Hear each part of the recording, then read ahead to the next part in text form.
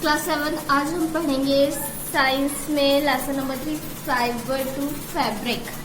Animal से किस तरह से हम फाइबर्स बनाते हैं, जैसे कि ऊन वगैरह किस तरह से हमें मिलता है। तो कौन कौन से एनिमल्स होते हैं जिससे हमें ये सब चीजें मिलती हैं। याक, Angora, got, camel,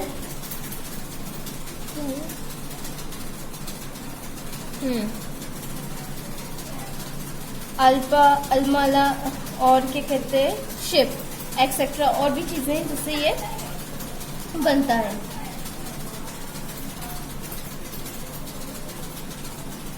from fibres to वूल। अब इसकी प्रोसेस देखते हैं हम ये किस तरह से बनता है। पहला हमारा ए वाला है शेयरिंग। इसमें क्या होता है, शिप को पकड़ के और एक मशीन होती है उसके द्वारा इसके पूरे बाल निकाल लेते हैं। फिर बी वाला होता है स्कोरिंग इन टैंक, मतलब इसे वॉश करते हैं, इसका पूरा डस्ट वगैरह जो भी होता है इसमें इस तरह से एक टैंक में डाल के उसे निकाल लेते हैं। फिर थर्ड होता है हमारा स्कोरिंग बाय मशीन। ये इसे इस मशीन में डाल के इसे एक फॉर्म में लेके आते हैं, मतलब इसमें जो गुठले वगैरह बन जाते हैं तो उस तरह से इसे इस मशीन से निकालते हैं, तो ये अलग अलग हो जाता है, एकदम सेपरेट हो जाता है। फिर दूसरा है हमारा, मतलब लास्ट है हमारा डी वाला रोलिंग। ये इस मशीन यान मशीन के थ्रू इसका रोल बनाते हैं और ये फिर मार्केट में बिकने जाते हैं। तो इसकी प्रोसेस है the processing of fibre into wool can be represented as follows. पहले हमने देखे shearing, scouring, sorting, clean off, burrs, rolling, फिर ड्राइंग। ये इसे आप नोट कर लेंगे क्योंकि ये आपको एक्सरसाइज में पीछे एक ऑब्जेक्टिव टाइप क्वेश्चन में ये आपको पूछा गया है। अब हम देखते हैं सिल्क। बहुत से लोग पसंद करते हैं सिल्क की साड़ियां पहनना। ठीक है, अब हम देखते हैं इसमें एक बैक्टीरिया होता है जिसका नाम होता है एंथ्रेक्स होता है। इससे एक डिसीज होती है, उस डिसीज का नाम है फैटल ब्लड डिसीज।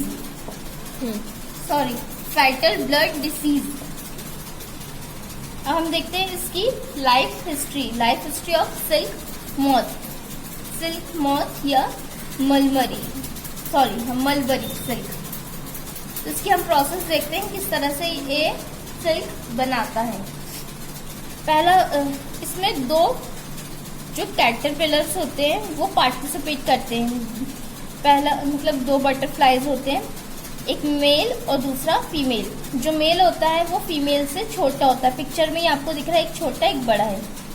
तो ये मेल वाला छोटा होता है, फीमेल वाला बड़ा होता है। ये दोनों जब एक एडल्ट स्टेज में जाते हैं, मतलब ये थोड़े जब बड़े हो जाते हैं तो उस टाइम ये अपने एग रिलीज करने में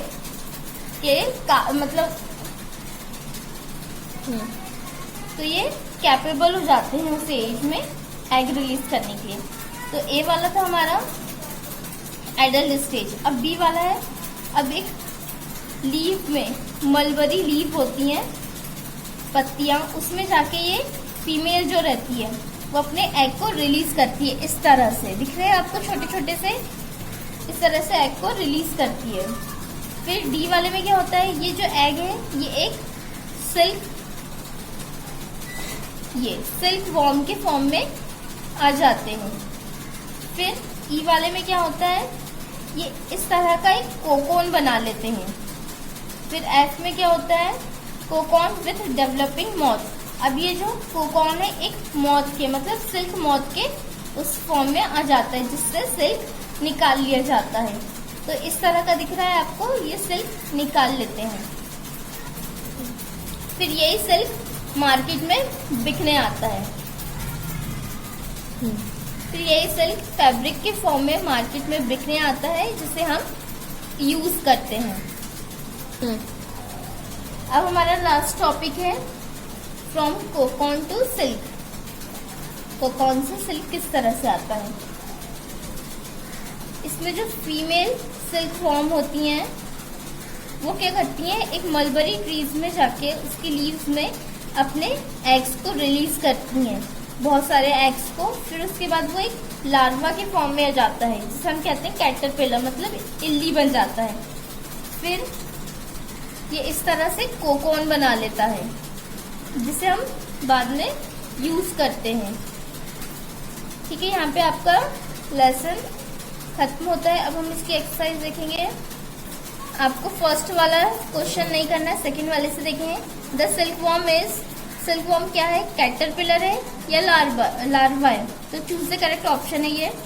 एफ वाला बताना, ए है, बी है या दोनों है? तो ये दोनों है, कैटरपिलर भी है और लार्वा भी है, तो उसका थर्ड वाला आएगा। फिर थर्ड वाला है, which of the following does not yield wool? इसमें से क्या है जो वूल नहीं है? तो क्या है, वूली डॉग। वूली डॉग से हम वूल को नहीं निकालते हैं। अब ये फोर्थ वाला आप देखिए, what is mean by the following terms? इन सबकी डेफिनेशन लिखना है आपको, रेयरिंग की, शेयरिंग की और सेरिकल्चर की। तो पहले हम देखते हैं रेयरिंग। इसकी डेफिनेशन मिलेगी आपको पेज नंबर 26 में। अब हम आते हैं इस पैराग्राफ में, देखिए इसे यहाँ से लेके आपको यहाँ तक के लिखना है। तो ये हो जाएगा आंसर 4 का फर्स्ट वाला, शेयरिंग। इसका भी आंसर 26 में मिलेगा आपको। इसे आप यहाँ से टिक करेंगे, यहाँ से लेके यहाँ तक के। ये रहा आपका आंसर 4 का सेकेंड। अभी हमारा लास्ट है सेरिकल्चर। इसका आंसर आपको 28 में मिलेगा। 28 में ये रहा आपका, तो आपको इतना लिखना है, आंसर 4 का 3। अब ये फिफ्थ वाला आपका होमवर्क है। मैंने आपको कहा था कि एक क्वेश्चन वो लाइन से जो लिखा हुआ था, ये आपका ऑब्जेक्टिव है, तो आप वहां से इसे नोट डाउन कर लेंगे। क्वेश्चन 8 आप यहाँ से नोट डाउन कर लेंगे। मैंने फिल कर दिया। इसमें एक चीज एक एक्स्ट्रा है, ये 4 है और ये 5 ऑप्शन है, तो आप इसे देख के करें। एक क्वेश्चन आपको ऐड करना है इसमें, describe the life history of silk moth. ये स्पेलिंग समझ में ना आए तो पीछे से देख लें। इसका आंसर आपको मिलेगा पेज नंबर 28 में। ये रहा life history of silk moth. तो इसे आप यहाँ से लेंगे, यहाँ तक के, इट्स सेल्फ तक के। फिर उसके बाद आपको ये डायग्राम बनाना है पूरा, पर आपको ध्यान रहे कि आप इसे